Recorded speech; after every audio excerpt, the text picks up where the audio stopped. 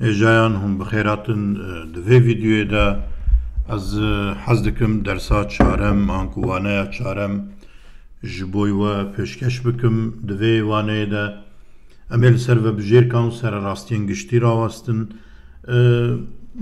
دا انجام ویدیوی که مبلاف کری دا هندک رخنا نیرین جدا تینه بگومان او کسی که دخوازن کاری رکلام دست پی بکن آنجی دست به نقشه سازیه بکن تکادکم به ادوب فوتوشوپ دست پی نکن جبر ادوب فوتوشوپ اره برنامه کی نقشه سازیه یا وینه سازیه لبله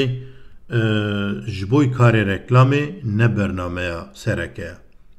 جبر بهتری خواه کاری وینیان کاری دیمنان کاری رنگال استر وی برنامه تکرنه لبله اگر هون بخوازن کاری رکلامی بکن دوی هونج برنامه وکتوری دست پی بکن هم جبوی و حسانتر دبه و هم جی ریکا راست اوه جبر ادوب فوتوشوپ وکی برنامه کی تولیه و کمپلیسیت خویاده که لبله او برنامه دیتر جوار حسانن جوار راحتن هون دکارن بوا برنامه کاری خود دست پی بکن و بهتر سرکفتی بن لبله ادوب فوتوشوپ برنامه کی پیواناره یا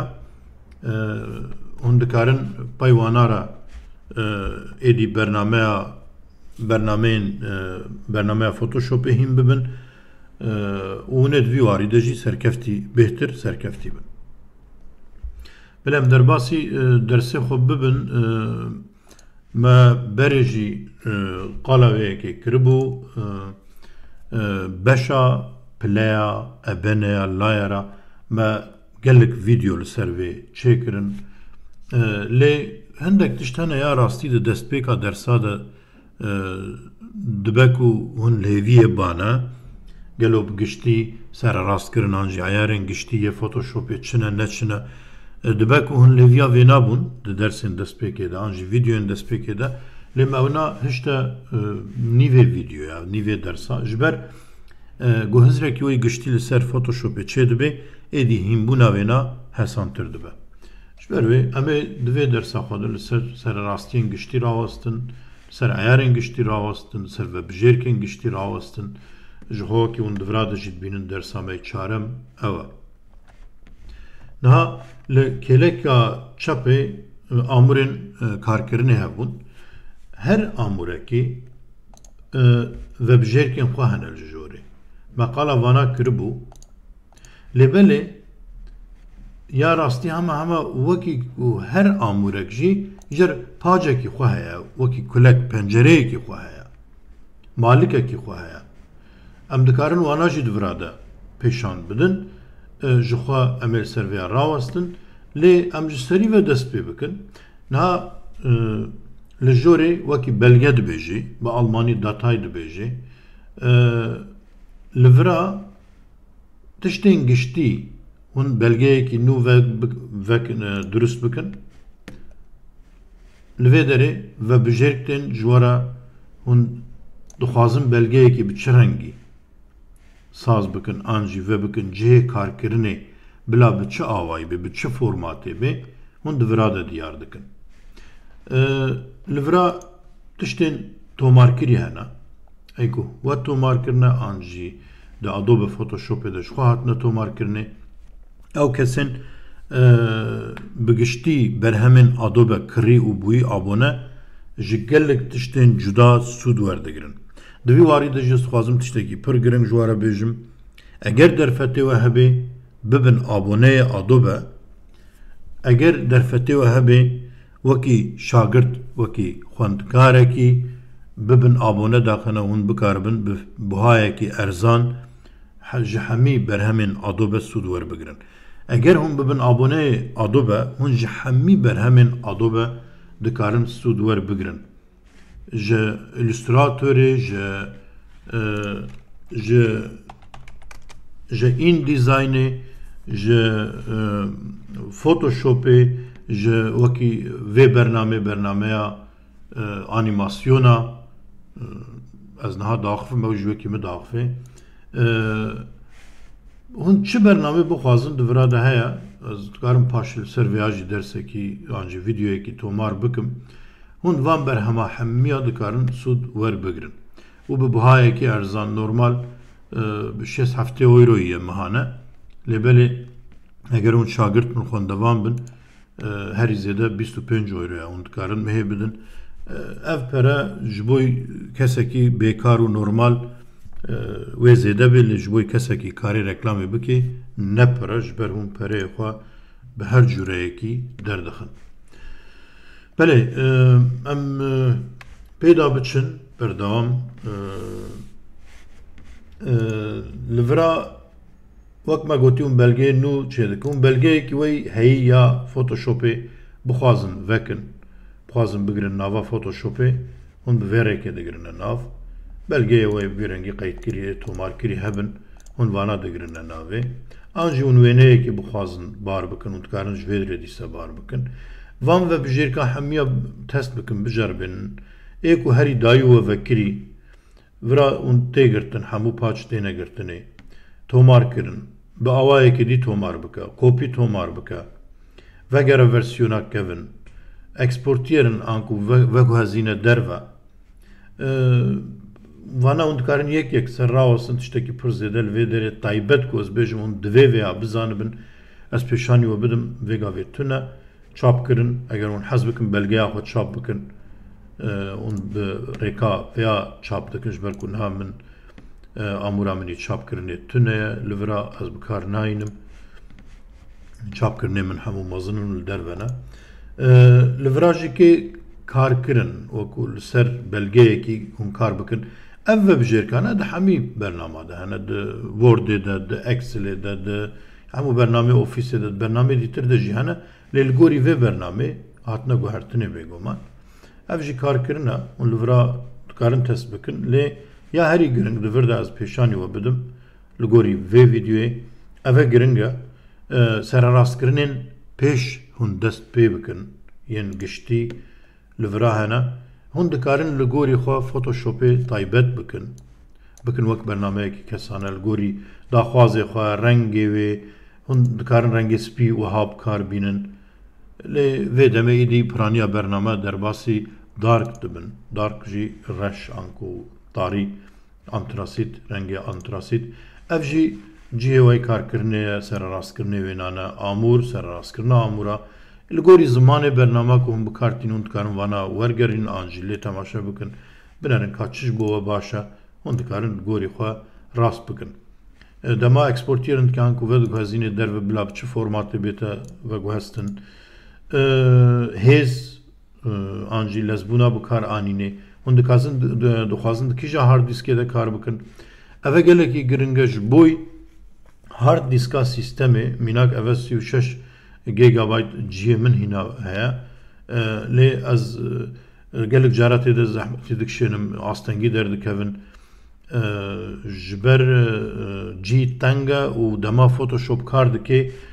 gelekî hêz dixwe ez veya wiha di vira de pêşanî we bidim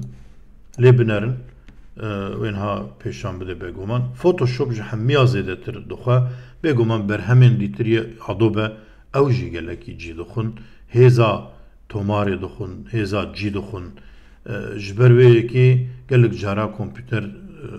giran dibe û ez nikarim kar bikim kompîtera min neya grafîkê rastî 24 gigabayt an jî 16 gigabayt ewka min heye ram heye binerin ev çawa guvaşt asê kir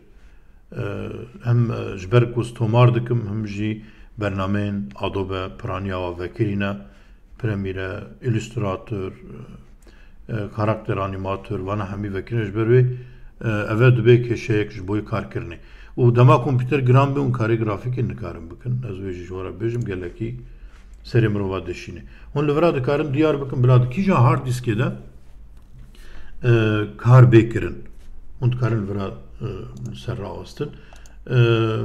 ev e jî kê bi heman şêweyî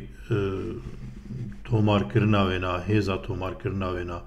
serarastkirinên tomarkirina wêna ji bo we vedibêje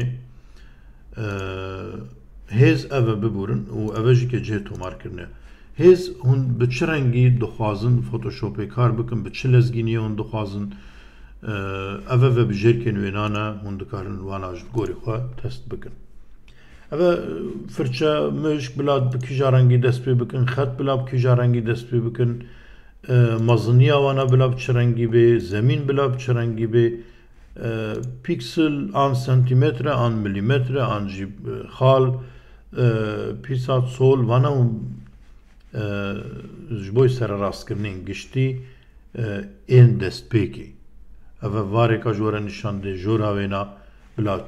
çi bê milimetre bê an piksel bê. Ez bêtirî xwe santimetre bikartînim ji bo karê çapê santimetre lê ji bo karê webê înternetê jî piksel tê bikaranîn.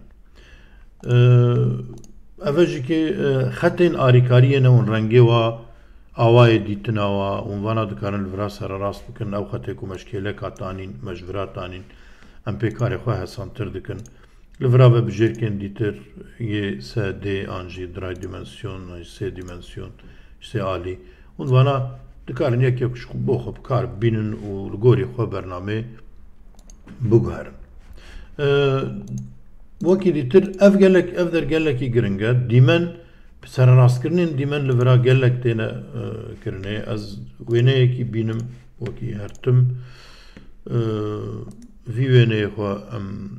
bînin bernamê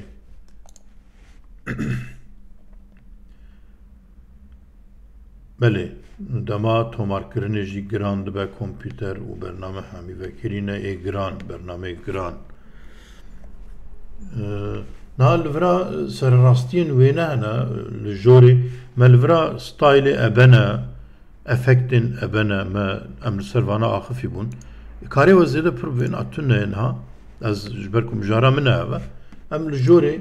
ev wêneye bîld tê wateya wêne di vira de ser hûn çi formatê dixwazin bikarbînin CMYK an RGB li ser CMYK û RGB min berê di videoyê de qalayê kiribû lê dîsekin bala behs bikim CMYK bixwe formata çapê ye ev jîkê navê rengên esasî rengê bingehîn bi îngilîzî ye û RGB jî ji bo grafîk an jî dîmenên ji bo monîtora têne bikaranîn ji bo televizyonê ji bo înternetê tiştê ku di şaşeyan de têne pêşandan RGB ye û tiştê ku bêne çapkirinê CMYK ye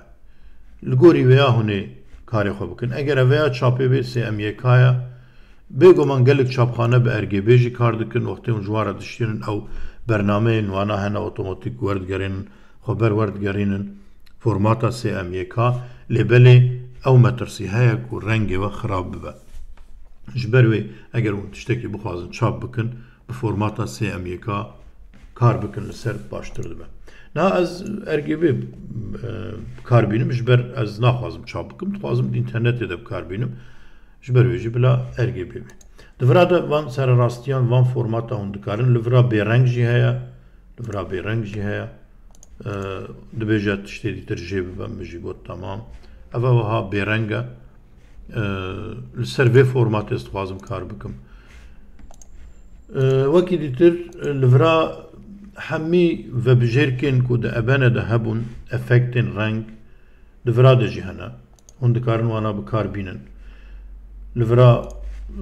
pir cara divê bikar bê ji ber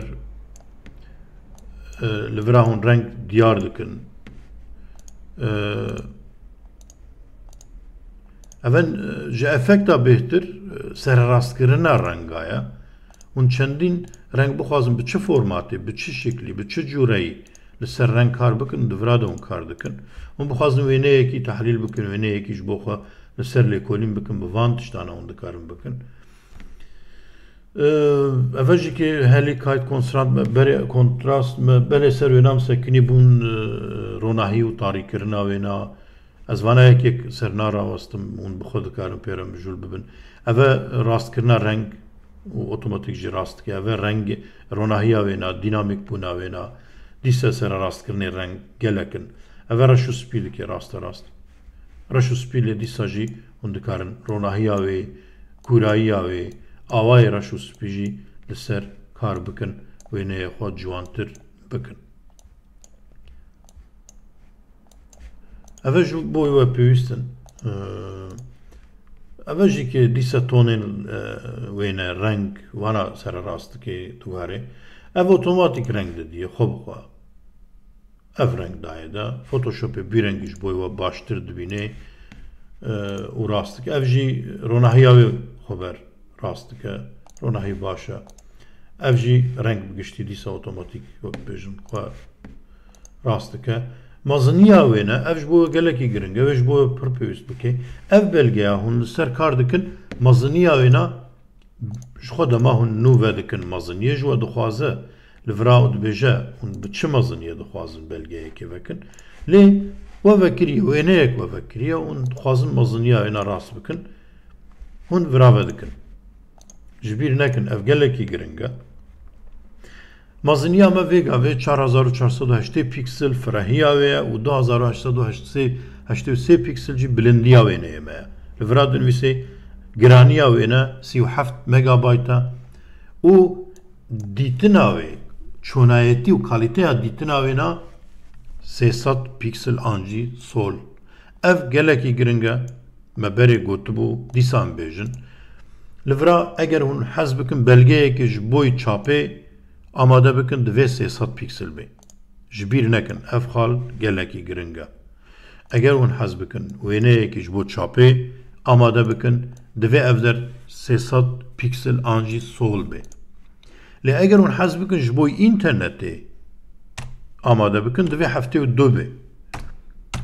Ev e çonayetî û kalîta wêne da dixe wêne sivik dike li vira binerin wêneyê me bû 2 megabayt. Ji 37 biborin ji 37 da kete 2 megabayta pîkselê wê jî dema hûn kêm bikin an jî dema we tomar kir hûn kalîta wê ne çonayetiya wê ne kêm bikin hûn dikarin vî wêneyî ev wêne mînak ez ê ji bo malpera xwe bikar bînim. Ez wiha tomar bikim careka dîtir. Li vira dema ku ez çap tomar dikim ji min carekê dîtir pirs dike divê bila wêneyê te bi çi rengî bê, çi qasî mezin bê, çi qasî biçûk bê. Li vira 683 kilobayt negişte megabaytekî jî ev wêneyê 37 megabayt bi kalîteyekî baş hatiye kişandinê bi mekîneyekî baş hatiye kişandinê ev wêne êdî niha daketiye 1001 megabaytî re. Lê ez dixwazim 1 megabayt jî ji bo min ji bo malperna jî gelek e. Ez dixwazim piçkî dî kalîte wê bêyîk û zêde xirab bikim hinekî dî daxim 206 kilobayt beriya 4 sal 5 sal 6 sal 7 sala 206 kilobayt ji bo wêneyekî pir pir zêde bû malper giran dibû malper vene dibû. Lê divê dema ku înternet gelekî pêşketî de 206 kilobayt ne tiştek e 1 megabayt jî ne tiştek e. Lê belê piçekî diye zê sivik bikim û ez ê tomar bikim. Niha wêneyê min ji bo înternetê amade ye. Lê ez şûm ve bêm ez ji bo çapê difikirim ji ber wê yekê jî ez meziniya wêneyê xwe dinerim. Ez dixwazim vî wêneyî santimetre li gor santimetre pêde biçim 37 santimetre bi 24 çûliyekî ye. Ev e magnet e ev e herdûk ev hevdûre dibêje herdû ev hevdûre mezin bike ji bo çi ev pêwîst e. Eger hûn wêna rakin û we ev der guhertinek tê de kir 20 santim wêneyê we xirab dibe. Tê guvaştinê ji ber wê yekê jî di wêneyên resende û nikarim wêya bikin. Ji ber wê divê ev na destnîşankirî bê û bi vî rengî ez hez dikim 20 santîma firahiya wê hebe divê 12 santim bilindiya wê wêneyê xwe me bi her çar aliya ve wekî hev biçûk kir. Ev e gelekî giring e hûn ê gelek cara wêne ciyek hûn lê kar dikin biçûk bikin mezin bikin ev e ji bo we gelekî pêwîst e. Em derbas dibin ev jî ki bi heman cûreyî cihê wê karkirinê diyar dike pir zêde karê we vêna tune ye ji xwe cihê karkirinê we ji bo xwe berê de diyar kiriye lê eger hûn bixwazin dikarin carekî tir û la serkar li wira serkar bikin. Ev e gelekî giring e zêvirandina wêne werçarxandina wêne li vira tê kirin ez dixwazim ku wêneyê xwe an jî bila cihê kar bê cihê kar ez dixwazim cihê kar werçerxênim not pîvanî bi aliyê demijmêrê an jî saetê ve not bereva jî demijmêrê an jî saetê 108 dîsa heman tê seyra berê wekî hev dibêj ber jor tê jêr û bi vî rengî eger hûn bixwazin ez dixwazim 45 ava halê tê lê vî rengî hûn kar nakin ji ber ku ev e cihê karkirina we ye qet tiştekî wiha ji bo we nepêwîst e belê hêjayan em berdewam bikin mînak ez vî wêneyê dixwazim bizîvirênim bi aliyê demijmêrê ve ava halê tê ez şûn vebênim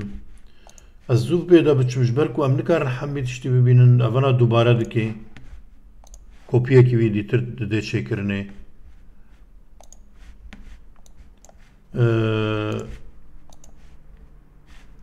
vaya kopyekî dîtir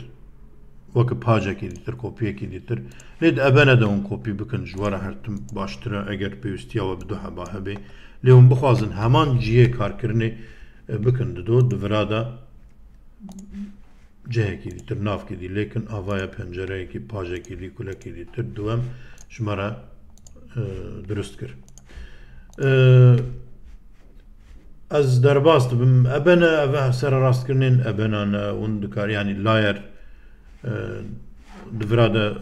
ji xwe layerê me diyarin di vira de jî hûn dikarin vebijêrkên wê na styla wê nû exportkirina wê na CSS kopî ev e ji bo kesên bikarê vebê bi înternetê re mijûl dibin CSS bixwe şêwekarî an jî nexşesaziya vebê ya înternetê ye hûn di vira de dikarin hemî efektê we di vira de pêk anî li vira kopî bikin û derbasî bernameyên HTML ê CSSê an jî bernameyên durustkirina malpera bikin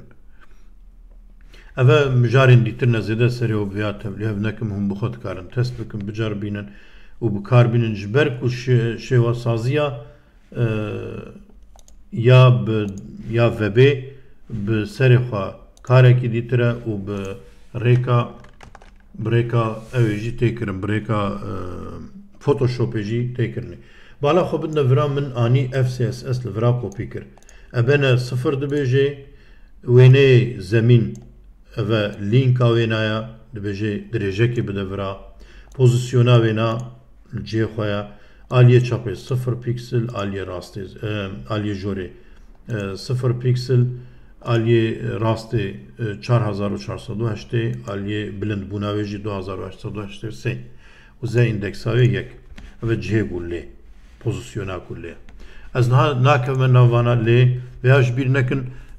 bingehê nexşesaziya înternetê ya webê bi Photoshopê hat avêtin an ku bi wê dest pê kir hemî şêwesazî nexşesazî dîmenên giştî yên malpera destpêkê Photoshopê hatine çêkirinê û paşê bi koda dihatine serrastkirin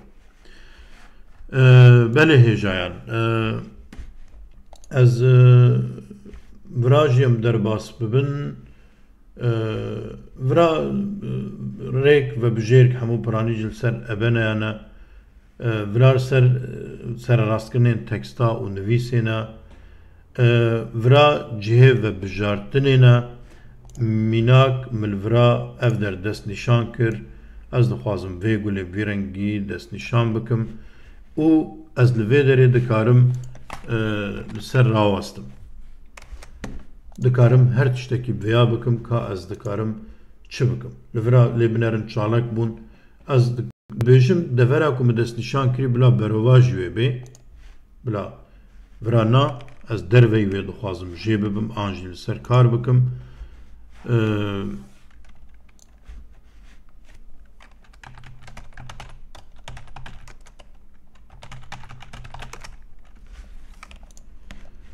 ez carekî dî şûn vewerim ez dixwazim vira destnîşan bikim û di cihê destnîşankirinê de rengê wê رنگ بدمه ده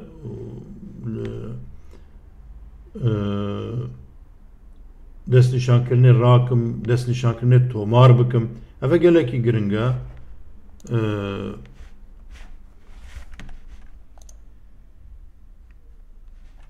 اوه هون devera و dest nişan kiri hund karin tomar bikin ez dibêjim salık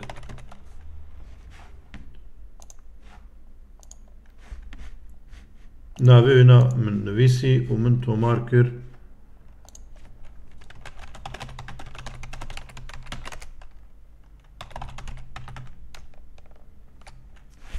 min tomar kir ez dixwazim vê devera ku min dest nîşan kirî li cîkî dîtir ancî piştî demekî dîtir dîsa bikarbînim mînak ez wiha karê xwe berdewam bikim li vira tişt nabikim çarçova bo min nepêwîst e tenê navayê na ji bo min pêwîst e vê gavê ji me re ew pêwîst kir ji me re vebijêr an ji devera ku min hilbijartî pêwîst e dibêje dibê devera ku te destnîşan kiriye an ew destnîşan kirin dîsa bar bike salık wan bi bar kir bala xwe bidinê hate vê derê ev e gelekî giring e hûn bixwazin di deverekê bibirin paşê dîsa ji bo we pêwîst kir hûn dikarin dîsa bar bikin mînak li ser wêneyê rûyekî li ser çavekî li ser deverekê we destnîşan kir hûn dikarin dîsa vêya bang bikin û bînin vana hemya ji bo xwe biceribînin test bikin eger ji bo we pêwîst bike tiştê ku herî zêde ji bo we pêwîst ez qala wana dikim em vêya jî derbas bikin ez wisa zû zû pêda diçim lê ez vê gavê nikarim hemya ji bo we bibêjim ez vêya dixwazim bêlim vîdyoyekî dîtir ji ber ev piçekî berfiren ez naxwazim vêya seranser derbas bibim ji ber evê ji bo we gelekî pêwîst bike karê me yê wêneya piranî em diviradin li ser kar dikin ji ber vê yekê ez dixwazim hetanî vê derê vê vîdyoya xwe tomar bikim di vîdyoya pêş me de em ê li ser fîltera ev e jî piraniya xwe efektin gelek karên dîtir yê cûr be cûr divira de hene paşê li aliyê rastê vebijêrkên heyî em ê serwana jî rawestin ez hêvîdarim vîdyo bi dilê we bin ew kesê ku photoshopê dixwazin hîn bibin divê li gorî armancekê hîn bibin ji armanca xwe şaş nebin armanca we çi dibe bila bibe di meseleya an jî mijara nexşesaziyê de li gorî wêna tev bigerin photoshopê li gel bernameyên illüstratorê an jî bernameyên vektorê kar bidin karkirinê corel draw an jî illüstrator ve her diya bêguman bernameyên Adobe bi hevdûre hemî kar dikin ji bo we illüstrator baştir e ji bo Adobe Photoshopê lê karên reklamê dwarê teknîkê de bi corelê jî tê kirinê demekî xweş were dixwazim her serkeftî bin